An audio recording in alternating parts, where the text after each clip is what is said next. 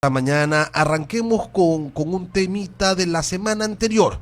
Con un tema de la semana anterior, ¿qué pasó con Alfredo Adún Ciadé? ¿Qué pasó con Víctor Hugo Sicuret? Ellos, si bien es cierto que no estaban afiliados o no eran adherentes de Fuerza Ecuador, bueno, pues estaban muy cercanos a la estructura y resulta que ahora van a ser candidatos por Sociedad Patriótica.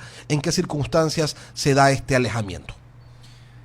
Bueno, como lo expliqué la semana anterior, sencillamente no hubo coincidencias a la hora del trabajo. Habían visiones diferentes, estilos distintos. ¿Cuáles eran esas visiones diferentes, Dalo? Ellos tenían una concepción de la forma en la que había que manejar la campaña y hacer política diferente a la nuestra. Entonces Fuerza Ecuador resolvió no impulsar estas candidaturas y pues en ese momento ellos quedaron en total libertad, al no ser parte del partido, de buscar quién auspicie sus candidaturas, y así lo hicieron, y como lo manifesté, les deseo mucho éxito, ¿no? Ojalá les vaya bien. ¿Qué le dijo su padre? Porque tanto Víctor Hugo como Alfredo fueron ministros en el gobierno de Abdalá Bucaram y bueno, se conoce, se sabe que ellos son muy cercanos, muy amigos a su papá, Dalo. Él lo aconseja, él interviene de cierta manera en el manejo de Fuerza Ecuador o no se mete. No, honestamente, no hemos siquiera conversado del tema, porque esta fue una decisión del partido. Cuando a mí me preguntaron sobre la posibilidad de que Alfredo iba a ser candidato, yo dije que Fuerza Ecuador estaba evaluando esa posibilidad. Y así era. Finalmente la resolución fue que no se acoplaba con lo que el partido promovía y finalmente se resolvió notificar que no íbamos a auspiciar la candidatura. De ahí, a nivel personal, no ha habido ningún inconveniente, ni mucho menos. Es una decisión netamente política, como lo dije, compleja, pero así lo evaluó la organización, yo lo he compartido. Nosotros estamos en un proyecto que impulsa una forma de hacer política distinta y nada más. Es un tema cerrado para nosotros. ¿Cómo va este asunto de los recorridos? ¿Cómo va el contacto con la gente, la promoción de las ideas, de las propuestas electorales pues que tiene Dalo Bucaram y que en los distintos viajes que realiza se las va comentando a las personas, diciéndoles que así sería el país de llegar él a la presidencia? Sí, nosotros no hemos parado en nuestra tónica de escuchar al pueblo, de estar recogiendo sus preocupaciones, y es impresionante. Los políticos piensan que lo que preguntaron en diciembre o lo que mandaron a encuestar porque no tienen tiempo para ir al territorio es lo que usualmente el pueblo piensa y con eso desarrollan sus ideas. Pero mes a mes se van descubriendo cosas, van saliendo problemas que preocupa a la población y que por eso es importante estar en constante contacto, escuchando, recogiendo ideas. Nosotros el día martes el próximo martes vamos a iniciar una consulta nacional y durante 10 días vamos a tocar la puerta de 1,5 millones de hogares. En 10 días 1,5 millones de hogares, para terminar de construir nuestro plan de gobierno y que todas esas propuestas que nazcan del pueblo puedan ser finalmente implementadas en el plan de gobierno que presentaremos en la inscripción de la candidatura, Dios mediante, la primera semana de noviembre. Hasta la primera, o sea, le quedan como 11 días, un poquito más, quizás 15, para también definir quién lo va a acompañar en la papeleta. Sí. Bueno, eso prácticamente ya está en la recta final. Ya tenemos 2 nombres, una mujer y un hombre, y estamos por definirlo en el transcurso de lo que queda de esta semana. ¿Manavitas? Uno de ellos es manavita, la dama es de la sierra, pero estamos terminando esa decisión. Perfecto. Ahora, Dalo, usted cuando dice, por ejemplo, vamos a recoger vamos a hacer 1,5 millones de consultas en 10 días, ¿no? En 10 días. En 10 días. Eso requiere de logística, eso requiere de personal, eso requiere de dinero. ¿Quién financia todo esto? ¿De dónde sale esa plata? A ver, ¿cuánto cuesta? 1,5 millones de hogares, vamos a visitarlos con alrededor de 3.000 dirigentes, brigadistas, que forman parte de nuestros 630.000 registros de afiliados. Estas personas hacen dirigencia activa en la organización.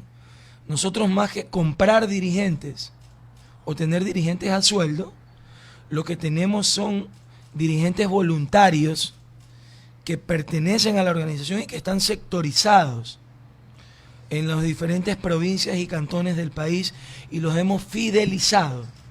Ese es un trabajo arduo que se lo ha venido haciendo, a diferencia de otros partidos que lo que hacen es contratar personal, pagarles el día, y el día que no les paguen se van a otro partido a que les paguen.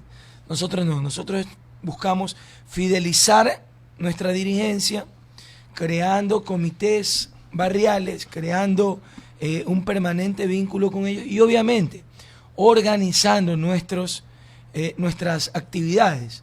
Si tenemos un dirigente en la parroquia Jiménez y vamos a hacer un bingo, se lo canaliza con los 10 comités que hay en esa parroquia o en ese sector, y así sucesivamente. Y después pues los convocas para este tipo de cruzadas, para este tipo de consultas, y eso hace que no tengas que gastar los presupuestos millonarios que gastan las candidaturas de la banca o del gobierno, ¿no? Antes de iniciar con esta entrevista, comentábamos con Luis Viera que una de las mayores preocupaciones, y para darse cuenta de esto no es necesario hacer ninguna consulta, pero quizás la mayor de las preocupaciones de la población ecuatoriana en estos momentos es la falta de trabajo, la falta de empleo. ¿Cuál es la propuesta o las propuestas que propone Dalo Bucaram para enfrentar esta situación y para generar pues fuentes de trabajo, fuentes de empleo, inversión en el país, que a su vez requieran de mano de obra y por consiguiente terminen dinamizando al sector económico? Bueno, primero hay que ir a la raíz del problema. ¿Cuáles han sido las causas por las que se ha llegado a que el 62% de los ecuatorianos vivan en condiciones de desempleo y subempleo? Y estas no son cifras dadas a la ligera. Hace pocos días vimos los resultados del desempleo del INEC,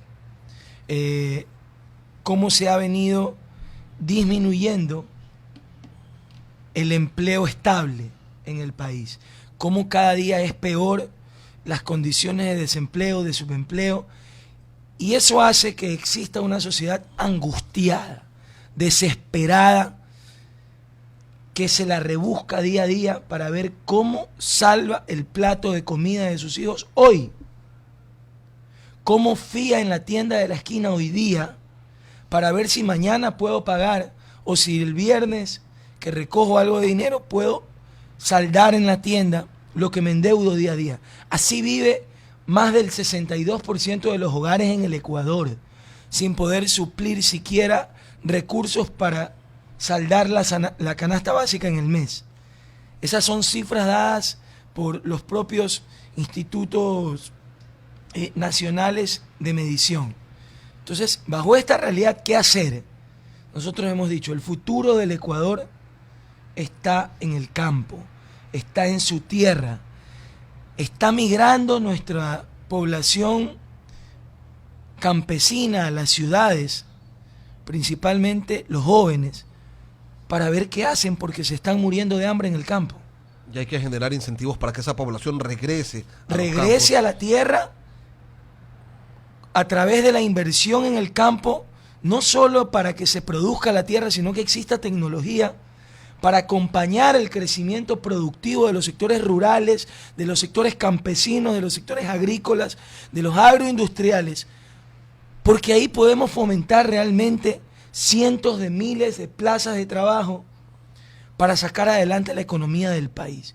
Y una vez que esto comience a reactivarse, que nuestras tierras se vuelvan productivas, también acompañar a la empresa privada de un sinnúmero de reformas tributarias que les permitan recuperar su economía productiva y fortalecer la economía nacional, que hoy está muy pobre, está muy golpeada y no encuentran fuentes que les permitan reactivarse o recuperarse, porque el gobierno lo único que se le ocurre es seguir generando medidas tributarias que complican la situación. Mira, ahora ya va de nuevo a insistir con el tema de las plusvalías, de las herencias, que son leyes totalmente antitécnicas que van a ocasionar que se ahonden las condiciones de pobreza en el país. Usted habla de generar reformas tributarias. ¿Qué impuestos hay que eliminar, Dalo Bucaram?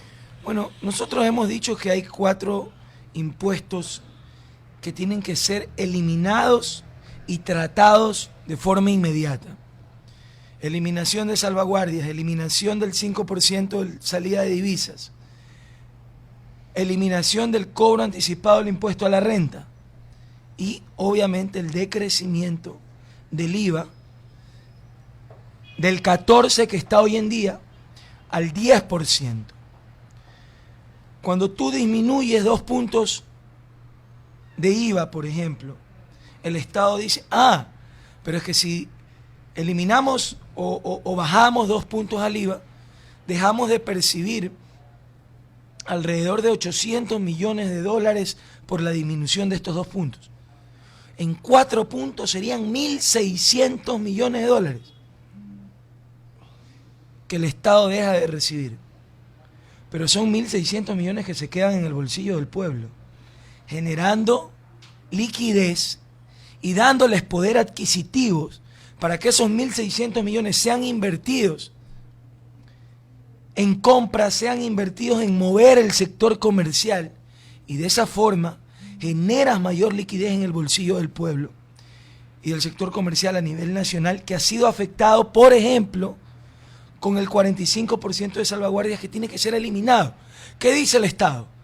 Es que si eliminamos las salvaguardias, dejamos de recibir los 1.000 millones que se reciben alrededor actualmente por salvaguardias. Sí, pero son 1.000 millones que se mueven en la economía nacional y que se reactivan, porque no son los 1.000 millones que se han recibido, son los miles de millones que el sector comercial ha dejado de recibir por las famosas salvaguardias, y donde quienes se han visto mayormente afectados son los vendedores informales, que se la rebuscan día a día y que hoy no encuentran a quién vender, porque el pueblo no tiene dinero, sino más que para salvar la olla hoy día.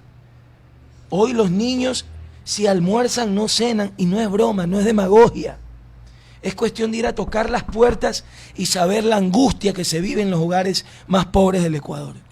Son las 7:18 y estamos dialogando con Abdalá Bucaram Puley, candidato a la presidencia de la República por el partido, ¿no? Partido Fuerza Ecuador. Partido. Así es. No es movimiento político, es partido político Fuerza de Ecuador. Usted acaba de hablar de decenas, de centenares, de miles de millones que podrían quedarse en manos de los ecuatorianos. Hablemos de esas decenas, de esos centenares, y quién sabe si no miles de millones, que no se quedaron en manos de ecuatorianos, sino que se han ido por allí, que han desaparecido de repente. Dalo Bucaram ofrece fiscalizar al actual gobierno. Han sido 9 años, ha habido muchos escándalos, pocas cosas concretas, nada se ha podido en realidad o comprobar judicialmente por allí, una que otra cosa, pero se han hecho muchas denuncias, Dalo. Lo último, lo de la refinería de Esmeraldas, eso más o menos ha sido por allí aceptado por el régimen, le han echado la culpa a un par de personas, pero hay otras denuncias que no se han investigado en absoluto. ¿Usted promete fiscalizar al actual gobierno? ¿Usted promete fiscalizar los 9 años de la Revolución Ciudadana? Bueno, creo que ahí hay que estar muy sintonizados, y por eso es importante estar permanentemente en la calle, permanentemente en los barrios, en los sectores suburbanos, en los sectores más humildes, recogiendo cuáles son las principales preocupaciones. Es verdad, usted llega y le pregunta a cualquier morador de cualquier sector humilde de este país: cuénteme cómo está la situación, cuál es el mayor trabajo, le dicen. No le terminan de dejar ni preguntar, que inmediatamente le dicen trabajo. Pero también hay un sentimiento nacional del pueblo de querer saber qué ha pasado con tanto dinero que este gobierno ha manejado. Entonces uno les dice inclusive, bueno, pero ha existido inversión en el sector social, se han mejorado la infraestructura de la cosa pública. Sí, pero queremos saber, queremos que sean fiscalizados, queremos saber qué se ha hecho con nuestro dinero. Entonces yo creo que ese es un compromiso adquirido de honestidad por parte de nuestra organización con el pueblo en la calle. Y así lo vamos a cumplir. Usted hablaba de los miles de millones de dólares que se encuentran escondidos en paraísos fiscales y que tienen que ser repatriados, sí, pero hay que nuevamente ir a la causa. ¿Por qué estos miles de millones de dólares no están en el Ecuador? Porque no hay seguridad jurídica en este país. Porque mes a mes nos cambian, reforman las leyes, entorpecen el trabajo del sector privado, que han estado ganando dinero a través de las utilidades que genera, sí, pero ¿por qué se llevan su plata del Ecuador? Porque en este país no hay seguridad jurídica. Hay un gobierno que no pone las reglas claras y prefieren invertir en otros lados donde consideran que su dinero está más seguro que en el Ecuador. Y eso afecta finalmente al país, sí. Pero entonces creemos las condiciones, démosles la seguridad para que su plata se quede en el Ecuador y para repatriar esos miles de millones de dólares. Quienes tengan dineros ilícitos, entonces no hay ni siquiera nada que debatir, tienen que irse a la cárcel. Se plantea un pacto ético para que aquellos que tengan dinero... Del que no se habla hace rato, por cierto. Del cual no se habla hace rato, después de estas denuncias de Alex Bravo, de pareja Yanuseli, que el gobierno busca desviar la atención y por eso presenta las leyes de plusvalía y eso, para que se deje de hablar de la altísima corrupción del régimen, a la cual el gobierno no quiere fiscalizar, no lo ha hecho en 10 años y no lo van a hacer. Y ya salió el candidato del continuismo del gobierno a decir que estar envuelto en el escándalo no quiere decir que seas culpable. O sea, todavía no es presidente el señor Moreno y ya está protegiendo a pareja Yanuseli y a la banda de Alex Bravo, y en la cual hay que ver qué rol cumple Jorge Glass, pero ya Moreno ya los defiende sin estar sentados en el poder. Entonces hay que tener un compromiso serio con la fiscalización, porque la plata no es de Alianza País, por el amor de Dios, la plata es del pueblo. Ellos piensan que la plata es de ellos, y usted escucha al presidente decir, no, es que no necesitamos, es que hemos invertido. ¿Es que hemos invertido quién? Él ha invertido la plata del pueblo, y dice una barbaridad, con el mayor respeto al presidente de la República, que porque nuestra economía es dolarizada, no es importante tener una reserva fuerte. Pero ¿en dónde se ha visto semejante disparate? O sea, usted le está diciendo a los hogares del Ecuador que porque en el Ecuador hay dólares, no ahorren. Y que mañana, cuando se mueran, sus hijos vean qué hacen. Porque no es importante tener reservas, no es importante ahorrar. Pero yo no sé realmente dónde el presidente estudió economía. Son las 7:24. Estamos conversando con el candidato a la presidencia de la República, Abdallah Bucaram Puley. Hemos hablado ya sobre fiscalización, hemos hablado sobre unas pocas propuestas, nos faltaría tiempo para profundizar en todas y cada una de ellas. Dalo, una cosa adicional que sin embargo no quiero que quede de lado. Usted es un político y tenemos que hablar de política. ¿Cómo observa usted esta última alianza que se ha dado entre Jimmy Jairala y Paco Moncayo, sorprendiendo básicamente a todos que considerábamos que esta suerte de matrimonio feliz que habían mantenido durante los últimos 5 o 6 años con el gobierno se iba a mantener? Bueno, nosotros estuvimos en conversaciones y de hecho conversamos, porque no hay por qué afectar la relación de amistad por temas políticos. Pero en algún momento Jimmy nos expresó que su organización respaldaría a Lenín Moreno si este fuese candidato. Y bueno, finalmente así lo hizo, ¿no? A ver, ¿cómo es eso? Si Moncayo dice que si no llega a segunda vuelta respalda a Moreno, y Jimmy nos dice que él respaldará a Moreno, entiendo por qué respalda a Moncayo. O sea, usted me está diciendo que Paco Moncayo y Lenín Moreno son la misma cosa. Exactamente, a nivel político esa es nuestra lectura final. Yo les conversé una experiencia con el señor Moncayo que decía que no iba a ser candidato porque no quería que en su lápida diga más que aquí yace un héroe del CENEPA y no un perdedor de las elecciones. Y cuando lo veo a candidato entiendo pues que él va a cumplir su rol en algún tipo de acuerdo para en segunda vuelta respaldar a Lenín Moreno como ya lo ha anunciado.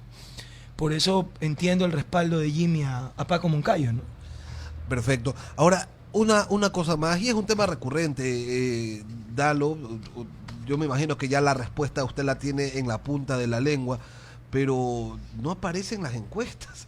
Y no importa la encuestadora que uno revise, no aparece en ninguna de ellas. No. Hace pocos días leí una encuesta en Diario Expreso de Mar Consult, donde tenían números muy similares a los nuestros. A ver, cuéntenos cuáles son esos números. Y de hecho está en un reportaje del Expreso que habla de que cuáles son los mayores porcentajes que da una encuesta y los menores. Entonces usted tenía que esta del señor Pérez, que parece que encuesta solo en Carondelet, le ponía 48% a Lenín Moreno. Y esta encuestadora le ponía 24. Imagínense, 24 puntos de diferencia entre una encuestadora y otra. Alguien está haciendo las Alguien cosas está mal, mintiendo, claro. ¿Verdad?